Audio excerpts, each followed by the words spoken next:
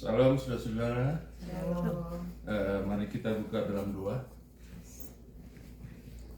Bapa kami dalam surga yang kami sembah di dalam nama Tuhan Yesus Kristus, dikuduskanlah namamu, datanglah kerajaanmu, jadilah kehendakmu di bumi seperti di surga. Terima kasih Tuhan untuk kesempatan ini. Kami mau belajar bersama firman-Mu, bilang di kuasa untuk mengerti firman-Mu, melakukan firman-Mu, mengingat firman-Mu, memberitakan firman kepada semua makhluk mulai dari rumah ini. Amin. Biar kami kuasa untuk membawa orang yang hilang kepada-Mu Tuhan Yesus Kristus, di dalam nama Tuhan Yesus Kristus penebus dosa manusia. Amin. Amin. Banyak judul teman-teman. 3 minggu ini saya buka-buka mana yang cocok, saya tanya Tuhan gitu ya, mana, dan saya terbit hati saya baru ini juga yang mana mau saya bawakan. Sudah banyak saya ketik, sudah banyak saya waktu kemarin hari Selasa di sini sharing, saya tanya Ibu Laura, intinya kasih. Jadi judulnya juga saya bawakan kasih. Ya, sekalipun kami masih kekurangan kasih, artinya belum sedalam apa yang diinginkan, tetapi mari kita sama-sama belajar. Amin. Mari kita sama-sama baca. Saya yang ganjil, teman-teman yang genap. Apa itu? 1 Korintus 13 1 Korintus ayat 1 sampai 13. 1 Korintus 13 ayat 1. Oke, kasih. Kalau sudah ready, Ya. Belum. oke. Saya nggak bisa baca bacanya. 1 Korintus 12 13 ayat 1 sampai 13. Saya yang ganjil, teman-teman yang genap. Terus kembali lagi saya ganjil. Ready? Ya. Kalau sudah ready? Ready? Ready? Yes. Firman Tuhan 1 Korintus 13 ayat 1, judulnya kasih. Sekalipun aku dapat berkata-kata dengan semua bahasa manusia dan bahasa malaikat, tetapi jika aku tidak mempunyai kasih, aku sama dengan gong yang berkumandang dan cal yang gemercincing. Sekalipun aku mempunyai karunia untuk bernubuat dan aku mengetahui segala rahasia dan memiliki seluruh pengetahuan, dan sekalipun aku memiliki iman yang sempurna untuk memindahkan gunung, tetapi jika aku tidak mempunyai kasih, aku sama sekali tidak berguna. Ayat 3, dan sekalipun aku membagi-bagikan segala sesuatu yang ada padaku, bahkan menyerahkan tubuhku untuk dibakar, tetapi jika aku tidak mempunyai kasih, sedikit pun tidak ada faedahnya bagiku.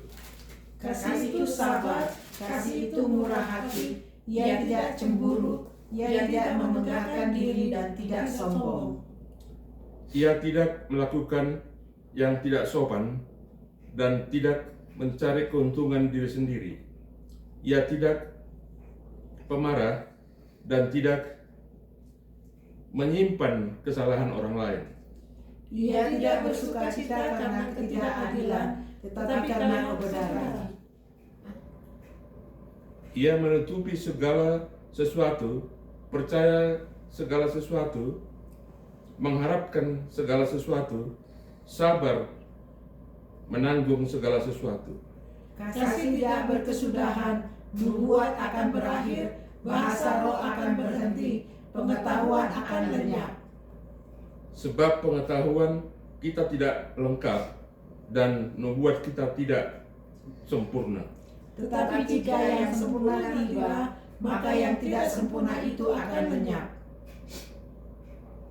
Ketika aku kanak-kanak, aku berkata-kata seperti kanak-kanak. Aku merasa seperti kanak-kanak. Aku berpikir seperti kanak-kanak. Sekarang sesudah aku menjadi dewasa, aku menanggalkan sifat kanak-kanak itu. Karena sekarang kita melihat dalam cermin suatu gambaran yang samar-samar, tetapi nanti kita akan melihat muka dengan muka. Sekarang aku hanya mengenal dengan tidak sempurna, tetapi nanti akan mengenal dengan sempurna seperti aku sendiri dikenal. Demikianlah tinggal ketiga hal ini, yaitu iman, pengharapan, dan kasih. Dan yang paling besar diantaranya adalah kasih. Amin. Teman-teman, saya berdiri di sini bukan berarti saya lebih pintar, tapi kita belajar bersama. Amin. Yes. Tadi kalau saya baca ini firman Tuhan, terus ayat 1, ayat 2, ayat 3, tanpa dasar kasih gak ada gunanya. Ya. Amin. Biar juga saya bisa bahasa roh, bahasa dunia ini, bahasa apa saja saya miliki, saya nggak punya kasih, nggak ada artinya. Saya tertawa sendiri dalam hati saya. Kok banyak sekali yang kita bisa lihat gitu ya di dunia, bisa wow, bangga sekali gitu, tapi belum tentu mereka punya kasih. Kemudian banyak yang bisa berbahasa roh, banyak yang bernubuat, Ya. tetapi tidak punya kasih, nggak ada gunanya katanya. Terus banyak juga yang memberikan badannya dibakar, tapi tidak punya kasih, nggak ada artinya. Nah, sekarang kita harus mengerti kasih itu seperti apa gitu. Ya. Kasih itu seperti apa? Jadi di sini ayat 4, Kasih itu sabar. kasih itu sabar. Sabar. Jadi sabar itu seperti apa gitu. Kami ada pengalaman dengan istri di rumah. Ya. Kemarin sudah saya saksikan, seharusnya kurang lebih 1 minggu bisa selesai lah gitu. Ya. Ada badroom, ada 2 minggu. kurang lebih 2 minggu. Tapi ternyata 1 bulan. Dia datang 1 jam pergi. Ya. Terus begitu, kadang-kadang dia datang nggak datang, pokoknya suka-sukanya begitu. Tapi saya tahan, saya nggak marah gitu.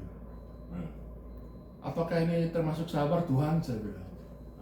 Tapi saya dihibur. Selesai 1 bulan, saya tidak marah. Ya. Berarti sudah ada. Tiap hari saya doain. Itu pengalaman yang baru bagi saya. Ya. Terus anak si Bontot. Si Bontot ini kan baru kerja, dimasukin tulangnya pamannya, Ya. si Pajar, Ya. di United. ya United. Tiap hari komplain. Sabar, saya bilang. Tiap hari, aduh. Saya ditekan bos saya terus katanya. Saya bilang sabar, saya bilang. Kadang-kadang saya bilang welcome to the world, saya bilang. Waduh. Ya sabarlah, saya bilang. Ada gunanya, Tuhan kan pimpin. Padahal kamu sudah bawa teman-temanmu yang tidak pernah tahu Tuhan Yesus ke gereja ulang-ulang. Iya. Lain orang, saya bilang. Kenapa? Saya bilang. Iya ya, katanya. Jadi banyak hal yang kita alami setiap hari, mulai kita lahir itu kita diuji tentang kesabaran. Jadi introspeksi diri gitu ya. Ya. Apakah kita bertanya sama diri sendiri, jangan kita lihat orang lain. Apakah saya ini betul-betul sudah sabar? Gitu. Kemudian saya rangkap aja, tidak cemburu. Gitu. Ya. Ini berat. Saya pribadi lihat orang pakai mobil bagus, roh cemburu itu datang. Sudah pasti ya. Ya. Sudah pasti kita masih di dunia ya. Ya. Kepingin ini, rumahnya kok bagus banget gitu. Ya. Waduh, kok penghasilannya si Anu itu hebat-hebat gitu. Ya. Kok saya begini-begini terus gitu. Ya. Nah, jadi macam-macam ya. Jadi masing-masing kita itu mempunyai pengalaman masing-masing. Amin. Nah, jadi kita perlu introspeksi diri kita bertanya sama Roh Tuhan bagaimana sebenarnya kita ini. Jadi dasar daripada segala sesuatunya itu ternyata kasih. Betul. Saya meloncat ke ayat yang terakhir, Ya. tanpa kasih tidak berguna.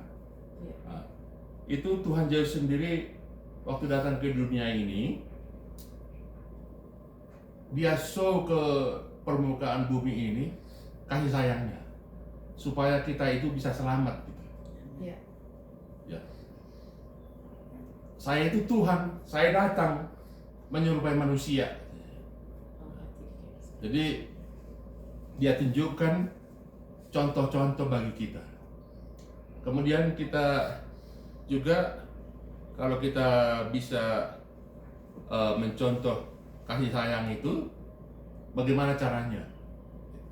Itu juga kemarin seperti saya rencana mau ke Indonesia, yang gagal memang saya kurang kuat menunggu Kurang sabar. Kurang sabar. ya. Ya, itu. Jadi sabarnya masih minus gitu Ya, ya. masih sabar ya, Pak. Jadi padahal saya angka koper saya ini berat, aduh Tuhan gimana? Saya tanya itu, overload katanya. Ya. Gak ada lagi tempat. Gitu. Ya. Terus anak saya si Peter bilang, gimana jadi? Saya nggak mau dia tersinggung. Ya. Oh don't worry, hari Minggu itu banyak manusia saya bilang. Seharusnya hari Rabu Kamis. Ya. Oh ya next time jadi. Sekarang saya pulang, tolong jemput saya bilang. Ya. Sudah perut saya gendut, jalan dari sini ke sana, aduh minta ampun saya pikir. Ya inilah saya dicambok saya kan, kamu nggak sabar. Iya. Ya. Salam dewe. Jadi apa? Belum waktunya Tuhan. Amin. Saya rindu sekali, banyak sekali teman-teman saya di Jawa Timur, teman-teman sekolah yang mau saya ngomongin gitu. Nah, saya udah berjuang habis-habisan, bertahun-tahun berdoa untuk itu. Belum jadi-jadi. Jadi saya masih terus berdoa untuk itu. Nah, teman-teman, ada di sini ulasan dari hamba-hamba Tuhan. Saya mau baca sebentar. Ini bukan dari saya, dari hamba-hamba Tuhan. Iya.